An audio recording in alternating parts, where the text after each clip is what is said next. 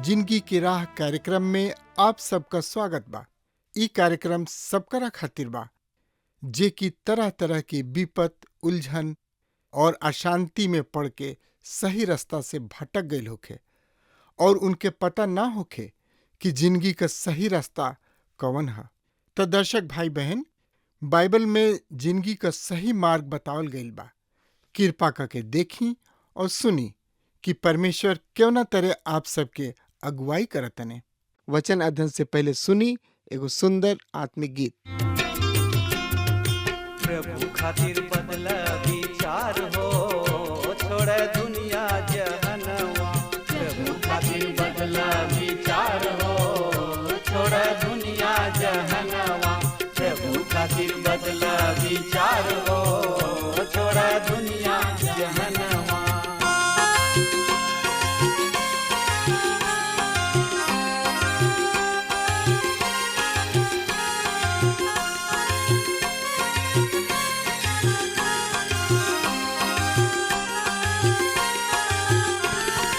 मनवा बदल बात बड़ा सुख पैबा।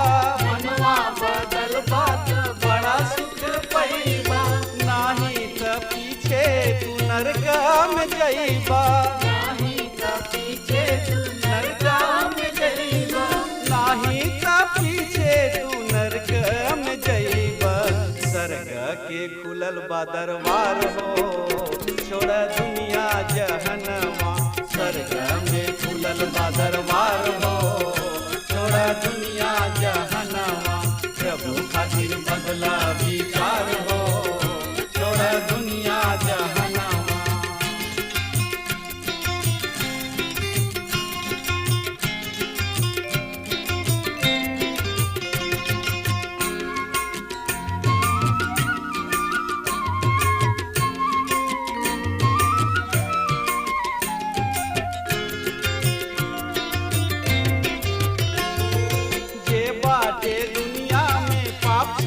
भरल जे बाटे दुनिया में पाप से भरल। बिन यीशु नाम के केहू न तरल। बिन यीशु नाम के केहू न तरल। बिन यीशु नाम के केहू न तरल। यीशु नाम से बाटे उद्धार हो, छोड़ दुनिया जहनवा। यीशु नाम से बाटे उद्धार हो, छोड़ दुनिया जहनवा। प्रभु खातिर बदला विचार हो, छोड़ दुनिया जहनवा।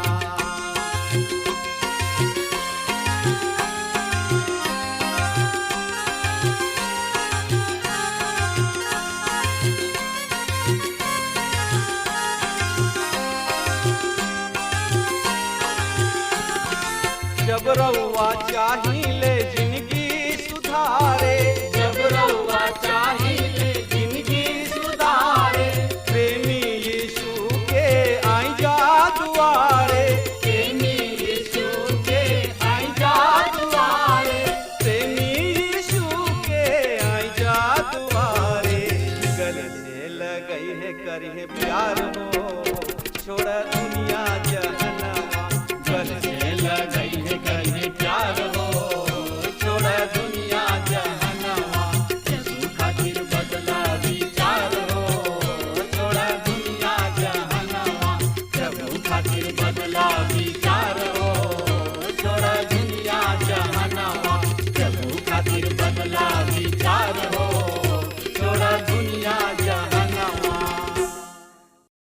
आज हमनी के विषय होई दुख भोग और पवित्र शास्त्र के बारे में।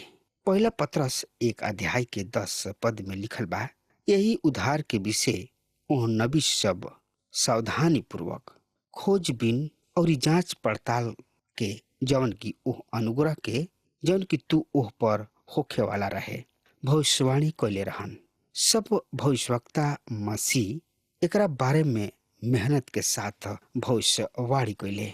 पहला पतरस 1:11 ऊ एह बात के खोज में लागल रहन कि मसीह के आत्मा जौन की हमनी में विराजमान बा और जे मसीह के दुख व उनका पश्चात होखे वाली महिमा के भविष्यवाणी कैले। ऊ कौन आदमी या कौना समय के ओर संकेत कर रहल बा। भविष्यवक्ता सब मसीह के दुख के बारे में और परमेश्वर के अनुग्रह के बारे में कहले। हमने के यशाया 53 और भजन संहिता 22 में और साथ ही साथ अन्य कई वचन में पाई न जा। और एकरा बाद होखे वाली महिमा उदाहरण खातिर यशाया 11 अध्याय और भजन 45 में मिल गइल बा। सब भविष्यवक्ता मसीह के दुख भोग और उनकर प्रभुत्व के और ओह महिमा के बारे में जौन की ओह समय आवे वाला रहे जब मसीह एह पृथ्वी पर अपन राज स्थापित करे खातिर अइहे। मसीह के आत्मा जौन की ओह में रहे गवाही देत रहे। ई हमनी के विशिष्ट रूप से बतावल गइल कि पुराना नियम के भविष्यवक्ता सब मसीह के आत्मा के द्वारा लिखले। ई परमेश्वर के वचन में निहित कई कथन में से एगो है जौन की प्रमाण देता कि पुराना नियम परमेश्वर के प्रेरणा से लिखल गोल रहे। ई मसीह के आत्मा के द्वारा लिखल गोल रहे। भविष्यवक्ता सब ऐसन बात के लिखले जौन की ऊ खुद ही ना समझ पावत रहन। उन लोग यत्न पूर्वक ओकरा अर्थ के छानबीन कैले। उन लोग ए बात के खोज कैले कि मसीह के आत्मा जौन की हमनी में रहे और पहले ही से मसीह के दुख के और ओकरा बाद होखे वाली महिमा के गवाही देत रहन। उ कौन सा और कौन समय के ओर संकेत करत रहे। पुराना नियम में बहुत ऐसन स्थान बा जौन की मसीह के दुख भोग के बारे में कहले और बहुत सा ऐसन अन्य स्थान बा जौन की राजकीय युग में मसीह के प्रभुत्व के बारे में कहले। अनुग्रह और महिमा एक साथ जुड़ल बा और ओकरा खातिर एकरा के समझल बहुत ही कठिन रहे। उदाहरण के खातिर यशाया 53 में मसीह के दुख भोग के बारे में लिखले बने। ओकरा बाद 11 अध्याय में उ मसीह के सामर्थ और महिमा में ए पृथ्वी पर अपन राज स्थापित करे खातिर आवे के बारे में लिखले। ई आभास होखे वाला परस्पर विरोध भविष्यवाणी सब के खातिर बहुत ही उलझन पैदा करे वाला रहे और ओहनी लोग ओकरा के खोज निकलले कि ऊ का ह कैसे दोनों सत्य हो सकता। जैसे ही भविष्यवक्ता समय के गलियारा में देखते तो ओहनी लोग ए दू घटना के ऐसन देखले माना दूगो पहाड़ के चोटी सब पर ऊ ओकरा बीच में समय के घाटी के ना देख सकले। रउआ और हम मसीह के दुख भोग जौन की भूतकाल में बा और मसीह के महिमा जौन की अभी भी भविष्य में बा ओकरा बीच के समय के अंतराल में जिए के अद्भुत स्थिति में बा। यदि रउआ एह दू घटना के दूगो महान पर्वत के चोटी सबके समान देखब त ई रउआ मसीह के दुख भोग और प्रभुत्व के भविष्यवाणी के समझे में सहायता करी। पाड़ा डेना में सिमरा में ड्रे पर्वत सब के पिछला ढलान ह। जब रुआ उड़ के वहां जाइब तो उनकर दूरी लगभग 5 मील बा पर गाड़ी चला के घुमावदार रास्ता से वहां पहुंचे में 25 मील लगता। विल्सन पहाड़ अग्र भूमि में बा और ई लगभग 6000 फीट ऊंचा बा। ओकरा पीछे एगो औरी चोटी हमनी के देख सकतानी जा ऊ ह वाटरमैन पहाड़ जौन की विल्सन पहाड़ के बराबर ऊंचाई के लागता, जबकि सही में वाटरमैन पहाड़ के ऊंचाई 8000 फीट से अधिक बा। पर ई एगो ऐसन प्रतीत होता जैसे कि उ दोनों बराबर ऊंचाई के ह और उ एक साथ बा। वास्तविक सच्चाई ई बा कि उ बिल्कुल भी एक साथ नहीं खे। एगो अद्भुत घाटी ओकरा के एक दूसरा से अलग करेला। हम हिसाब लगावत तानी कि ई निश्चित रूप से एगो चोटी से दूसरा चोटी के दूरी 50 मील बा। फिर भी ओकरा के दूर से देखे से लागी कि ऊ एक साथ बा। ठीक यही तरी से भविष्य में देखे वाला भविष्यवक्ता सब मसीह के दुख भोग और मसीह के महिमा के दुगो पर्वत के चोटी सब के रूप में देखले जौन की एक साथ बा। ऐसा मालूम होता हम ई मानतानी कि ओह दिन में अविश्वासी भी महान बुराई करे वाला भइल करत रहन जौन की ऊ वाद विवाद कइले। ई एगो विरोध ह। पवित्र शास्त्र के वचन में परस्पर विरोध बा। रुआ एकरा के दोनों तरी से नहीं प्राप्त कर सकत। या तो ऊ दुख भोग खातिर आवेले या ऊ शासन करे खातिर आवेले। निश्चय ही अब हमनी के जानतानी जा कि दोनों बात सच बा और ओकरा बीच के घाटी कलिसियाई जुग ह जौन की पहले ही 2000 साल तक पहुंच जा रहल बा।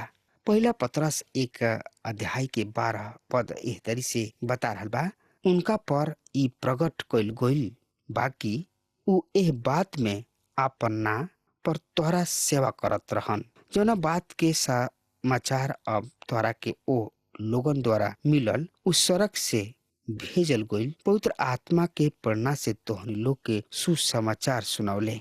स्वर्गदूत भी ये बात के देखे के बड़ लालसा करेले। अब अप्रेरित कर रहल बाड़े। हम वही बात के प्रचार करीना जौना के भविष्यवक्ता सब कइले। केवल एक ही अंतर है कि भविष्यवक्ता सब मसीह के दुख भोग और महिमा के बीच अंतर ना कर पौले, जबकि प्रेरित एह अंतर के समझावे के जोग होखे के स्थिति में रहन। ये बात के स्वर्गदूत भी ध्यान से देखे के लालसा करताड़े। हमरा ख्याल से स्वर्गदूत परमेश्वर के बनावल गइल गुप्तचर वहाँ ऊपर खड़ा बाड़े और रोवा के और हमरा के देख रहल बाड़े कि आज हमनी के व्यस्त बानी जा और ये अद्भुत संदेश के प्रचार करने जा। ऊ एकरा के खुद करे के इच्छा रखेले। ऊ यहाँ आके संसार में एकर उपघोषणा कइल पसंद करी है। रोवा के याद होई कि गब्रिएल दूत अइले और मरियम के और बाद में जोसेफ के घोषणा कइले कि प्रभु के जन्म होखे वाला रहे। ऊ जकरिया के भी बतावे अइले कि उनकर यूहन्ना नाम के एगो बेटा होई जौन की मसीह के अग्रदूत होई। हम स्वर्गदूत सबके सेवकाई के दिन में नहीं जी रहल, हमके पवित्र आत्मा के सेवकाई के दिन सब में जी रहल बानी जा। परमेश्वर के संतान के रूप में हमनी में पवित्र आत्मा के वास है। यदि कौनो में मसीह के आत्मा नहीं खे तो ऊ उनकर ना है। रोमियो के पत्री 8 अध्याय 9 पद में लिखल बा, यदि रोवा मसीह के हई तो रोवा में परमेश्वर के आत्मा बसता। कार वह सोचता नहीं कि एगो स्वर्गदूत रोवा खातिर जौन की कर सकताने ओकरा के परमेश्वर के आत्मा नेखे कर सकत ना। हमनी के पवित्र आत्मा के सेवकाई के दिन में अनुग्रह के दिन में जी रहल बानी जा। जब परमेश्वर के आत्मा मसीह के बात के ले और उनका के हमरा पर प्रकट करले और एकरा प्रकाश में हमनी के का करे के चाहिए। पहला पतरस 1 अध्याय के 13 पद एह तरी से बता रहल बा, अतः काम करे खातिर अपना बुद्धि के कमर कस के आत्मा में सम्मति हो जा। अपन पूरा आशा ओ अनुग्रह पर राख जौन की तोहरा के प्रभु यीशु मसीह के प्रकट होखला पर देबे जाए वाला है। अपन अपन बुद्धि के कमर बांध के ई एगो वाक्या लंकार है जौन की लंबा पूर्वी कपड़ा सबके संग्रहण और बंधन पर आधारित बा, ताकि ऊ पहिरे वालन के साथ प्रबल आंदोलन सब में हस्तक्षेप न करे। ई एगो व्याख्या है जौन की पतरस के दिन में समझल जात रहे, पर हमने के एकरा के उनका तरफ मुड़ब कहब। सचेत रह, रुआ के औषधि की जरूरत ना हुई, रुआ के दारू शराब की जरूरत ना हुई। परमेश्वर के वचन के रुआ के बदल दी, पर सचेत रह। का अर्थ एकरो से ज्यादा होता? एकर मतलब है सचेत बुद्धि वाला होखल। परमेश्वर के वचन के अध्ययन में गंभीर मुद्रा के अपनावल और पूरा आशा राख। ई आशा के महान पत्री है। काहे जैसे कि हमनी के पहले देखले रही जा, परमेश्वर के लइका बच्चा के कष्ट सब के सहे खातिर तैयार रहे के बा। काहे कि हमनी किने एगो आशा बा और उ आशा मसीह यीशु के पुनरुत्थान पर आधारित बा। उ अनुग्रह जौन की प्रभु यीशु मसीह के प्रकट होके के समय तोहनी लोग के मिले वाला बा। जब प्रभु यीशु मसीह इस संसार में कलीसिया के ले जाए अहे, उस समय में वो अपना साथ प्रचुर मात्रा में अनुग्रह लेके अहे, अपना के द्वारा हर एगो विश्वासी के उठा ले जाई हैं और हर एगो विश्वासी सबके काम के न्याय मसीह के न्याय आसन पर हुई हैं। ओ समय ना तो हमनी के हानि सहब जा या इनाम पाइब जा, और वो निश्चित रूप से उनका अनुग्रह के द्वारा हुई। हाँ मित्र, इस सत्य के कोनो दिन हमनी के न्याय हुई। इस संसार के कष्ट सबके सह के एगो दूसर प्रेरणा के या प्रोत्साहन है। हमन के यहाँ एह पृथ्वी पर कौना तरी जिंदगी जी न जा या जी रहल बन जा, ये बहुत ही खास बात बा। आज विश्वासी लोग परिवर्तन जिंदगी जिए के मांग के सामना करेले, जौन के केवल परमेश्वर के वचन ही हमनी के पैदा करेला। परमेश्वर हमनी के दुख और मुसीबत में होके जाए देले। दूसरा शब्द में कहल जाए भाई बहन, परमेश्वर हमनी के दुख और मुसीबत में होके जाए देवे के कारण में से एगो ई है, काहे कि उ हमनी के अपना योजना के अनुसार तैयार करे चाहले। हमनी के अपना सब क्लेश में मसीह में फल के ले आवे के बा। पहला पतरस 1:14 में लिखल बा, आज्ञाकारी वचन के जैसन अपना अज्ञानता के समय के पुराना अभिलाषा सब के अनुसार आचरण मत करा। मित्र, आज्ञाकारी लइकन वचन के समान पवित्र शास्त्र हमनी के आज्ञाकारिता के ओर ले चलेले। रो की याद हुई कि याकूब कहले रहन, याकूब 1:22, पर ई वचन पर चले वाला बना और केवल सुने वाला ना।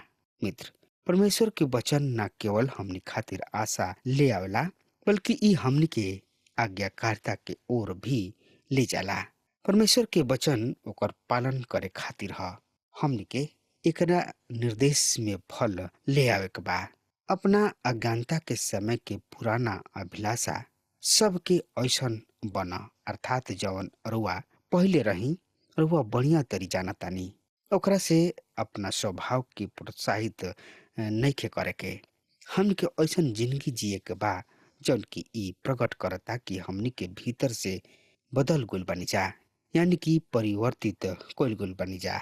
हमनी के अपना चेहरा पर बनावटी मुस्कान लेके ओह आदमी के तरी नइखे घूमे के जे राउर सेवा करे में ऐसन नाटक करला। दूसरा शब्द में कहल जाए, हमनी के अपना चेहरा पर बनावटी मुस्कान लेके ओह आदमी के तरी नइखे चूमे के जे राउर सेवा करे में ऐसन व्यवहार करला कि उ आनंदित ह।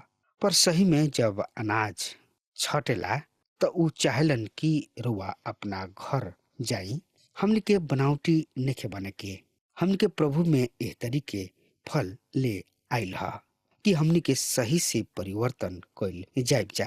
पहला पतरस 1:15, पर जैसे तोहार बुलावे वाला पवित्र हमें वही तरी तू भी सब आचरण में पवित्र बना।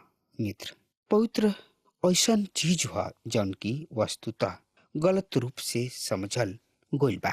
औसतन लोगन के खातिर पवित्रता के अर्थ होला बहुत पवित्र व्यवहार के अपनावे के स्वांग रचल।